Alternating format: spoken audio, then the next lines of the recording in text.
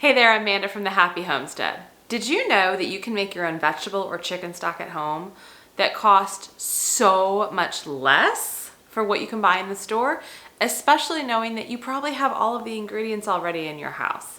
I'm going to show you how to make your own vegetable or chicken stock in your Instant Pot, and it's going to blow your mind. Let's get started.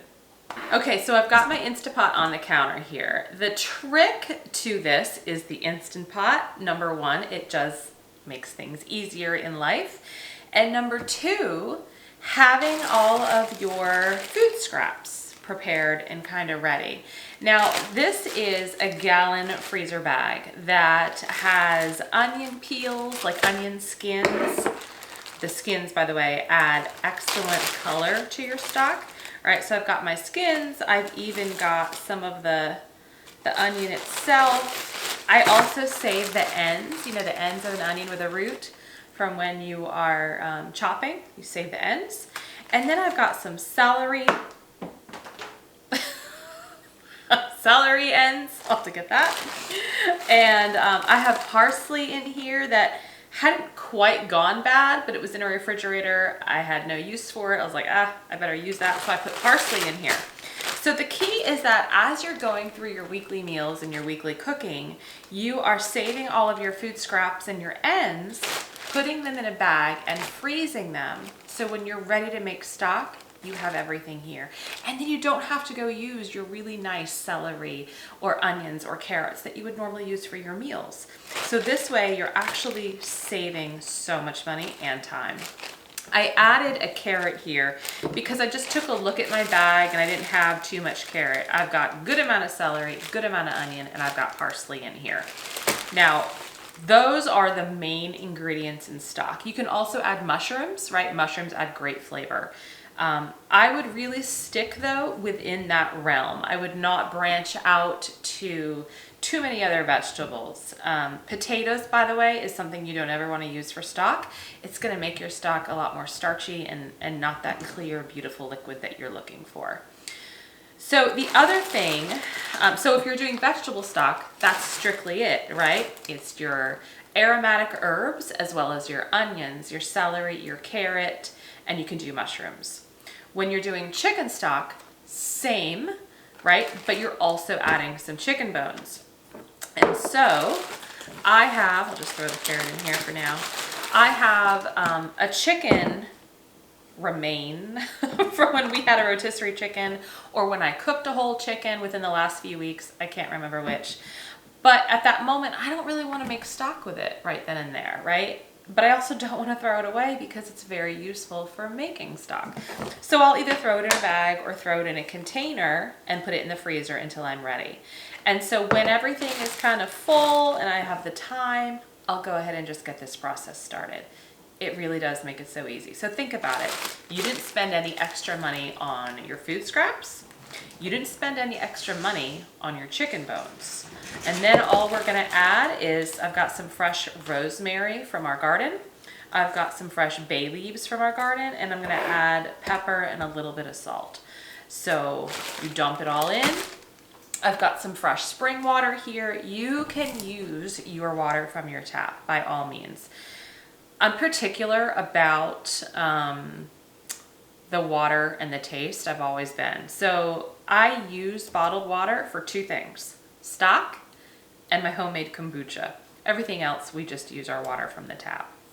So I want to make sure that the chlorine and anything else that the city is putting in my water is not coming through in my stock. And so that's why I use this. And this gallon is like 50 or 60 cents at my local store. So it's, again, still very cost effective. So we are going to start. And again, you're going to be amazed at how easy and simple this is. I have been doing this for a couple of years. I have not bought stock since. It is really something that everyone can do. So take your rack out of your Instant Pot. You don't need that. And this is where the fun comes in. It's so easy. Dump it all in. Just dump it in. You're going to be straining out all of the solids. So it doesn't matter really how big or how small they are. I mean, you don't want them so small that they don't come through a strainer, right? But it doesn't matter the sizing. I'm gonna throw my herbs in. And I'm actually gonna start filling with water. Now, in your Instapot, there is a line within the pot there that says max fill. And just for camera's sake, it's like right about here, right? Maybe 2 to 3 inches below the lip of the lid. And that's because it needs to have enough space in there to actually create the pressure. So you just wanna make sure that when you're filling your pot, you're not going above that max fill line. So I'm just gonna start pouring this in.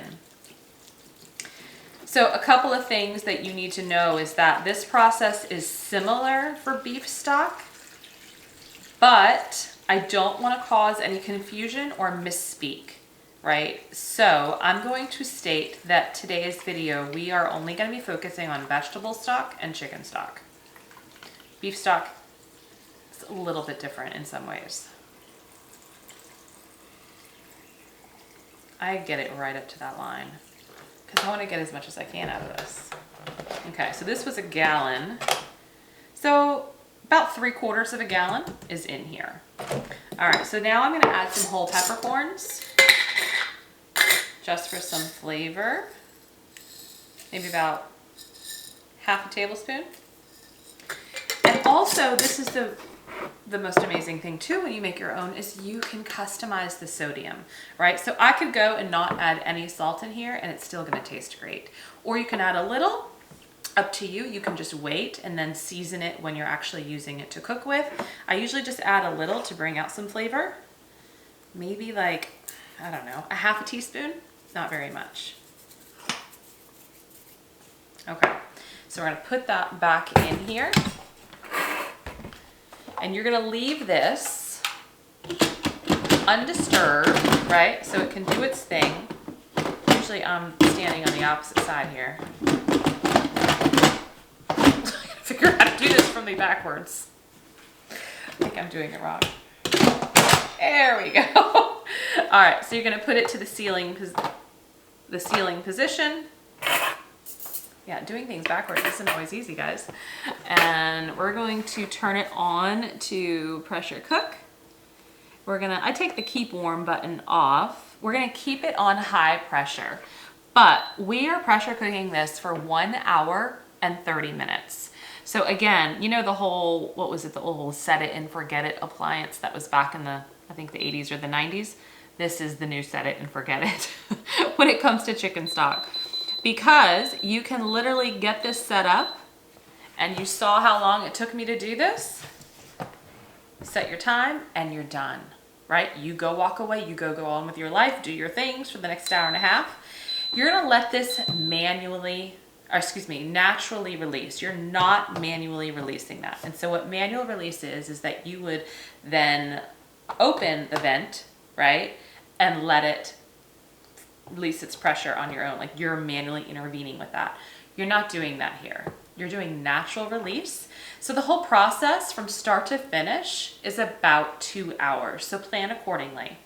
I will come back. We'll see when this is all done. We'll strain this out, how gorgeous it's gonna look, and we'll see you back then.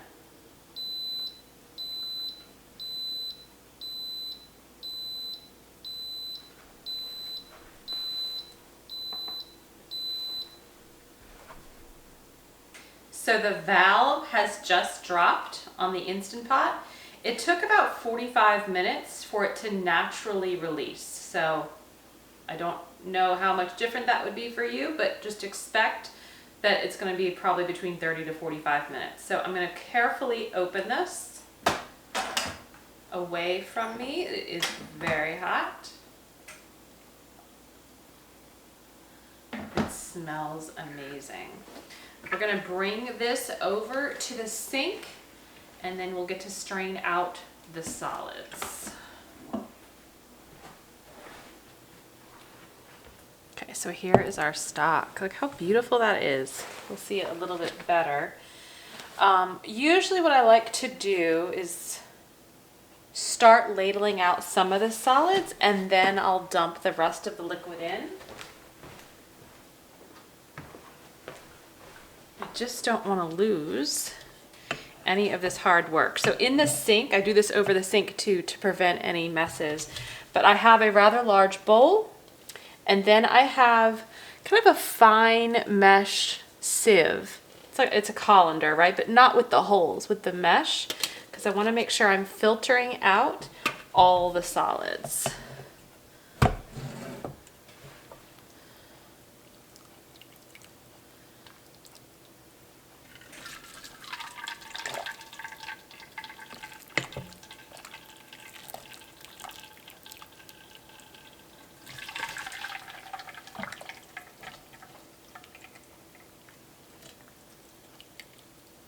If you have animals meaning like pigs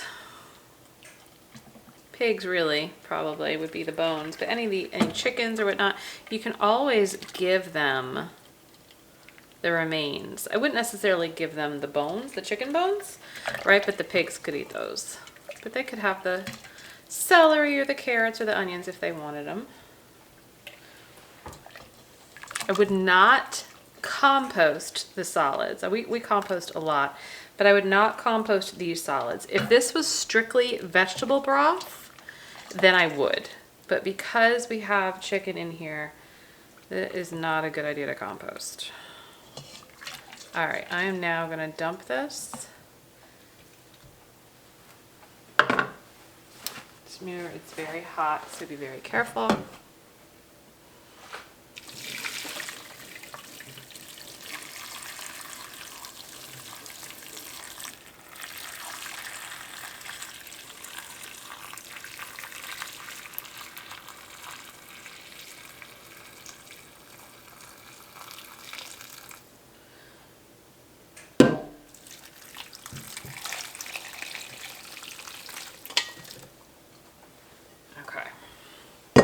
So now what I'm gonna do is pick this up and place it over here.